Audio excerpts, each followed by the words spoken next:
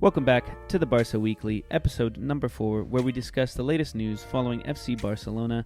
We like to give you guys some of our thoughts and feelings, as well as if you're listening to us via podcast, please like and subscribe to our channel on YouTube at BarcaBreakdown, one word, and also follow us on Instagram and Twitter. To start us off, my name is Yusuf, and I'm here with my co-host Adam. Hey guys, thank you for tuning in. My name is Adam. As you said, this is the Barca Weekly 4. However, this one might be a little bit weird because Yus and I are actually not recording this at the same time, so with the magic of editing, we're going to try and put it together in a nice episode. And what a time, right? I mean, as the Barca season has ended, we have some great European games going on, right? Champions League final coming up this Saturday, Chelsea and Man City. And we just watched Villarreal beat Manchester United in the Europa League finals in a crazy penalty shootout, right? I think the penalty takers went like 19 of 19, and then David De Gea, the goalie, of course, for Manchester United, went up and missed the crucial penalty, which was kind of crazy. But I think, getting to Barca, what's really been on everyone's mind for the last, month, and this week especially, is what is going to happen with the Barca coaching position and Ronald Koeman specifically, right? And all of this kind of was coming to a head on Tuesday when we had the big meeting with Laporta and Koeman. And, we all hoped that we would get some clear guidance after that meeting of, is Koeman going to stay or is he going to go? Unfortunately, it was a little bit of a weird day, right? So originally, the first meeting Laporta had with the other board members was with Koeman's agent. And that is, in it of itself, is a little bit of a weird situation because you would think that if the meeting's about Koeman and him continuing, Koeman would be there. But if it's only the agent, a lot of people are wondering, was this a meeting to try and figure out how much it would cost to buy out Koeman? There were reports early on that it would be $6 to $7 million, and then lately we've been hearing that maybe that figure is an astronomical $13 million. So kind of confusing. But then we all waited some more, trying to figure out when Koeman was going to arrive. Koeman finally arrived, had the meeting with Laporta, his agent, and, I think 3 other members of the board, and it was just under an hour, right? Which for such a big meeting, you would think they would need a few hours. You would assume, right, Laporta would want Koeman to speak about his plans for the future, transfers he wanted to happen. But unfortunately, it was kind of a quick meeting. And then the first real report we get is actually Koeman's agent saying that he thinks the meeting went well and that Koeman is, probably going to continue and that Koeman could even sign on a contract extending him, possibly past even the 2 years he had signed for. But then as the night went on, right, and into the morning, we kind of saw these that first narrative that Koeman's agent set that Koeman was going to continue started to go away. And we had Cat Radio report that Koeman might not actually stay, and that what Laporta, according to Cat Radio, said is he wanted 2 weeks to look for a replacement, and if he couldn't find one, Koeman would stay. Again, these are all reports, and like we always tell you guys, especially in European soccer, there are so many rumors out, and different parties, the board, the agent, the coach himself, the players, they're all leaking things or putting narratives out in the press to try and kind of portray the situation how they want. But the idea that Laporta could have gone out and told Koeman, hey, we want to look for a replacement for 2 weeks, but keep you if we don't find one, I mean, that seems really disrespectful. And I think a lot of the narrative that's set by Koeman's team right now is like, hey, guys, there's a lot of disrespect towards him that he doesn't think he deserves, right? Obviously, the hero of 92, obviously a Barca legend, and someone who, besides that last month of the season, had a team that really grew into the season and played well. And unfortunately, we had, 2 wins in the last 6 games, and it really all fell apart at the end. But, for a good part there, we were all pretty happy with Koeman ball. We all saw that the team looked better, and, a lot of youth players were progressing. And so, now where do we leave? Well, it's not exactly clear if Koeman's going to stay or, what Laporta thinks. I mean, it looks clear that Xavi, I don't know, the rumors have died down a bit, and like I've been saying on the last few episodes, I think Xavi might not be exactly ready just yet, right? We don't want to put Xavi in the exact position we put Koeman in, which is, having an aging Messi, not having that clear second player who's going to take the mantle and really carry this team forward, and then have him, Xavi coach for a season and have something bad happen. I think everyone's trying to avoid that. I think, from the B team, Pimienta seems like he's not high on the list. There's talks of the Ilaix coach coming, and, I hear these rumors about Roberto Martinez. We hear a lot of Roberto Martinez rumors every offseason for a lot of different coaching jobs. I don't think he's the right man. And so, I think the big fairy tale answer that some people are saying might happen is that Laporta's waiting for after the Champions League final because he either wants, of course, his dream, Pep Guardiola, to come back, or Thomas Tuchel to leave Chelsea and come to Barca. Honestly, I don't think any of these are possible, and even as you guys have heard me say I'm Koeman out, I really do think that Koeman will come back because we just are not going to find a better option. Yus, what do you think? I said in a previous video that I would be willing to give Koeman another year if he would be able to show that he's going to make these other decisions, be more tactically mindful, play different rotations instead of playing the same backline three.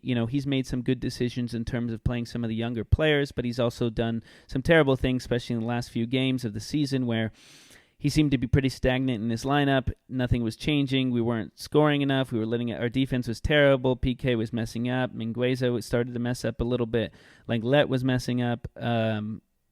Like I said, I'd be willing to give him another year if he's able to show that he is willing to be less egotistical and do things like play Puig, do things like make better rotations. If a player isn't playing well enough, he shouldn't be playing those players, especially in bigger games.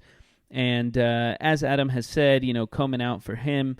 I'm on pretty much that train. I don't really think that... I mean, it's really hard because Koeman has made some great decisions at the beginning of the season, and now I see that he's dwindling, and I can't really trust someone like that anymore. At this point, I don't really have any other options on managers other than Xavi, so I'm not really excited about seeing the next year, but, who knows what will happen. But Laporta seems to still have some trust in Koeman, and we don't really know what's going to happen, right? There's not much news coming out yet. I'm sure there's going to be more talks about these two, or about the possibility of Koeman continuing his second year. This also rolls over into the discussion of the midfield transfer news, which is Georginio Wijnaldum coming from Liverpool, who has recently been connected with Barcelona, saying that he's going to come as a 30-year-old, which is kind of funny because we've been talking about on previous videos how we need to rely less on some of these older transfers, but that also questions, will we be seeing Ilaix, Puig, and Pedri as much if we have Wijnaldum coming, who has a pretty good or wonderful play under his belt at Liverpool? But then that goes to say, again, what are we going to be doing when we're getting all these midfield players, and a lot of these players are not getting enough time? Ronald Koeman has shown that he has not been playing a good rotation in a lot of these players.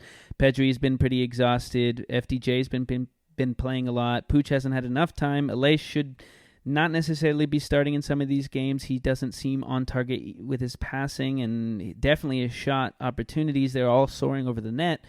So that leaves you to question, getting this older player and having all these young players, what's going to be going on with the midfield? And, is Koeman actually going to decide onto rotating his midfield, depending on, making better decisions on tactics, depending on the team he's playing? Yus, I think you are on to some really good things there, man. Right? I think one, Wijnaldum is 30, which for some players like PK and Boosie, right, 30 seems like an age where things can go downhill really quickly. And, Wijnaldum has played almost every game, I think, for Liverpool in the last 4 years. And, of course, they've, fought for the Premier League title. They have made 2 Champions League final and won one of them. So he does have some mileage under him. But at the same time, right, Jurgen Klopp is one of the most brilliant coaches in football. And if he thinks that Wijnaldum is that good, I think we need him. And, I think the other issue you're talking about is right, which is that Wijnaldum will come in here and he will compete with Pedri for sure for that spot in the midfield, and with Mariba and, of course, Puig. And I think, it leaves us with a situation where when everyone seems to want Mariba and Puig and some of our younger players to get more time, it might be hard for them. I think Puig may have to go out and go on loan, even though loaning players for Barcelona, it rarely ever ends well, and the players generally don't come back much better. I think Puig, with his talent, he really needs game time, and I think him going on loan is probably what's going to happen if Koeman comes in. And then with Ilaix, Ilaix is 18 years old. As much as he had those first few games that were really stellar, connecting with Messi, he scored a few goals. I think he might need some more time on Barca B, or have to accept a a bench role this coming season, right? And to kind of get more experience under him and to keep improving as a player.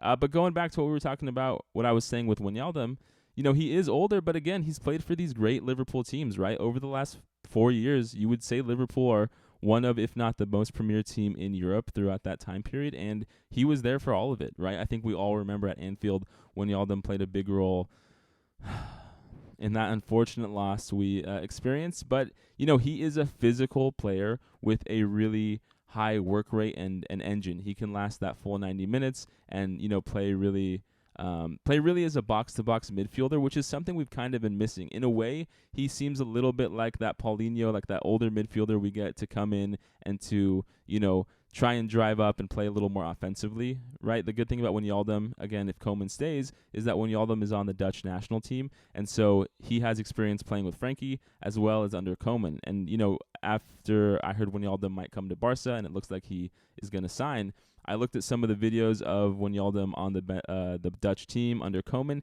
and he was playing really offensively. It seemed like he was, really trying to go out there and score from the midfield, which is kind of the profile of player we've been missing. And so I think it's going to be good for us to look into him and to, bring him on. 30 is not the same 30 as it might have been 10, 20 years ago, right? With so many more advancements in diet and nutrition and, the training programs, I think a player of his age can still be pretty productive for us. And, with Pedri, with Ilaix, depending what happens with Pjanic and some of the other midfielders, we have a deep squad. And one of our biggest issues this year with Koeman was that he played Pedri too much, probably played Frankie de Jong too much, and our midfield kind of crumbled in the second half of the season.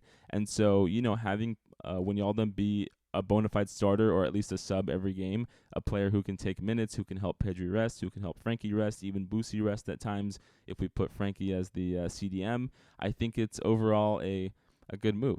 Right.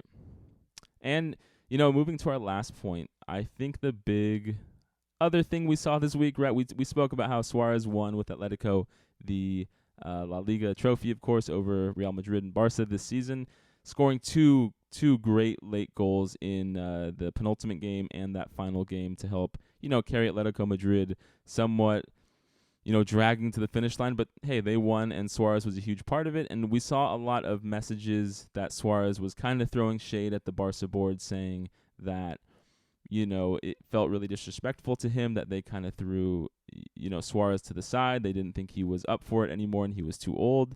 And that brings, something else interesting is that Pjanic has been in the media lately, right, Yus? What was, Pjanic talking about? As well as Pjanic saying that he felt like there was a bitter taste in his mouth after not being played this year. There's a lot of questions that didn't have answers yet. He wants to know why he wasn't being played. Well, some of the youngsters like Pedri, Ilaix, Puig were probably playing over him, even though we didn't see much Puig out there. Pjanic was one of those players that came from Juventus after transferring as a trade for Arthur, another midfielder that we used to have. But all these things here just shows that there is some disconnect between some of the players and Ronald Koeman and maybe the board at the time with Bartomeu. But now, Pjanic coming out and saying that is more of a thing towards Ronald Koeman. Unfortunately, he is an older player. He's about 31 years old.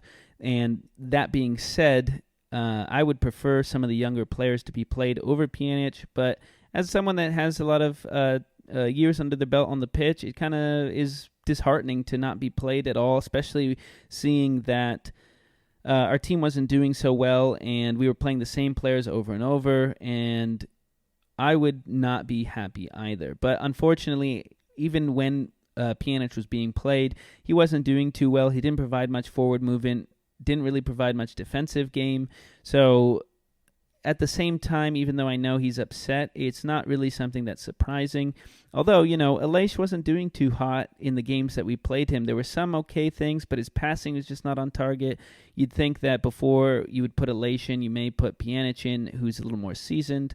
Well, thank you guys all for tuning in. We really appreciate the support. We're going to come out with a video post Champions League just to break down what happened. We're also going to come out with a little bit of a preview for the Euros and Copa America, talk about the players we want to see the most on Barca who are playing for, Argentina, of course, France, Dutch national team, Spain, right? We want to see if Pedri has a big summer. So we're going to be back with some more content. We can't wait. Thank you all so much.